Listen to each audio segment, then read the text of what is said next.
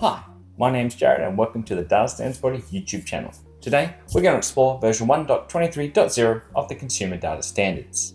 This is a major release of the standards and was published on the 14th of April 2023. This version contains an urgent change request as classified by the 14th Maintenance Iteration Working Group. Decision Proposal 298 was a decision document and you can review the approved changes there.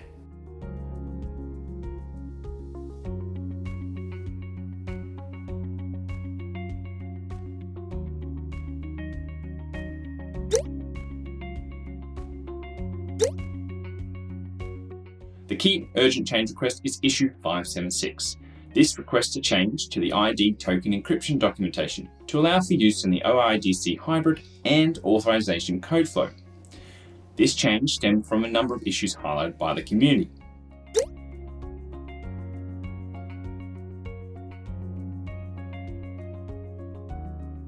FAPI 1.0 requires support for hybrid flow authentication flow and will be phased out on the 10th of July 2023. The encryption of security tokens is not required for authorization code flow, and they are required for hybrid flow.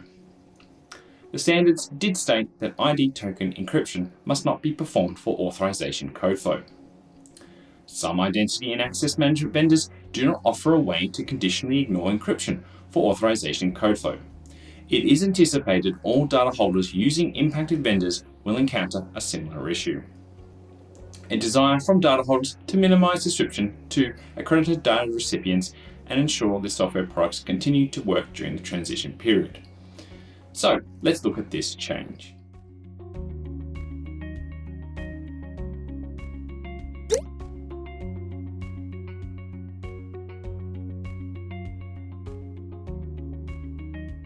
In the security profile, under client registration and the ID token section, you can find the registration request using JWT subtitle.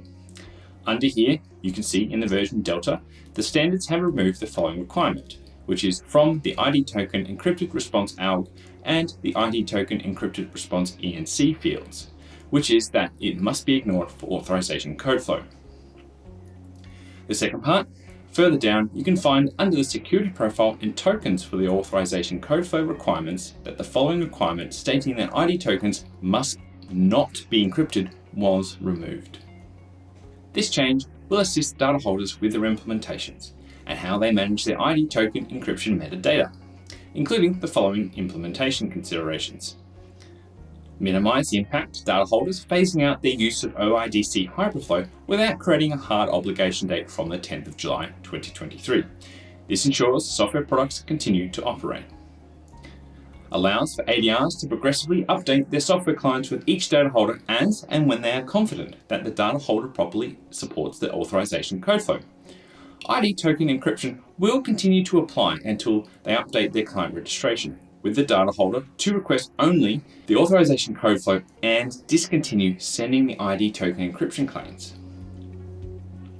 Consideration was given to ensure upstream standards were relied upon to make the transition non-customized. And where vendors fully support open standards, then they will work and align to the consumer data standards. There is no forced retirement of the OIDC hybrid flow after the 10th of July. Data holders may retire this authorization flow after this date. If a data holder continues to support dual authorization flows after this date, then the requirement to not perform ID token encryption for authorization code flow applies, and the data holder must ensure ID token encryption is no longer performed for authorization code flow.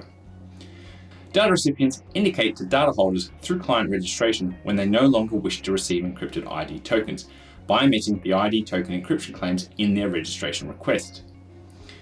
If you'd like to understand the discussions and how the group arrived at this particular outcome, we highly suggest and encourage you read issue 576 on the GitHub thread, which you can find in the description below.